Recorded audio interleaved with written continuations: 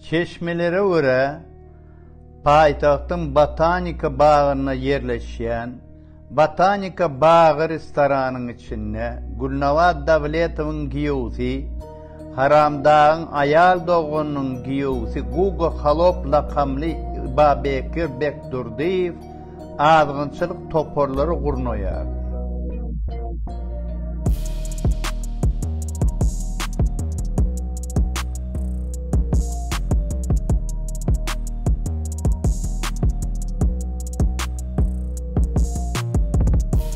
2022 yılın 8 sentyabrında gece saat 2'de ağzalan azgınçılık toporun içinde Gugu Halop 3 adama hücum edip öldürdü.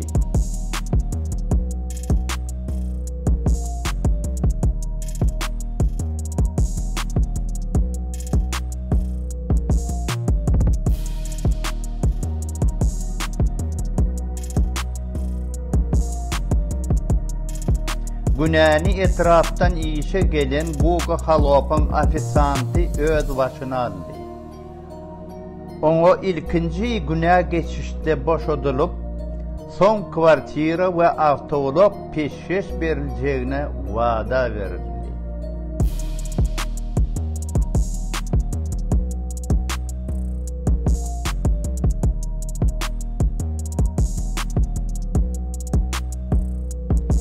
Polisiya ve kadiyet bulun hadisanın anığını yettik diyen olup, destine afisantı ve Botanika bağının müdürünü cinayetçi hükmünü sürmeye başladı.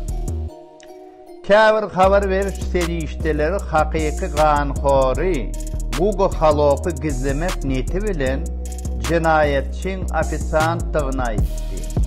Emma Gugu Halop'un ve Haramdağ Berdimuhammedov'un yeğenlerinin eden ettiliklerinin içinde bir yeketek cinayeti değil.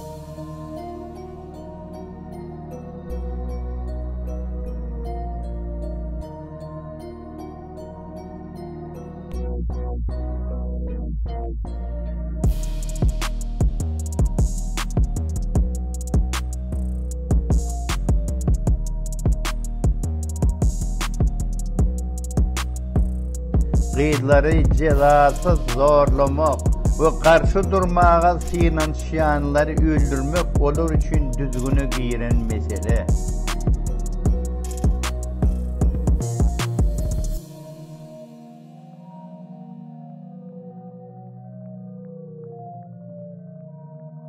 Haramdağ Berdimuhammedov'un tohum tiyicinin edip gören zorluklarını ve adam öldürmelerini Prezident Serdar Sıçağın hut ödi penakarlık ediyor. Adam yolu, atlanan ey.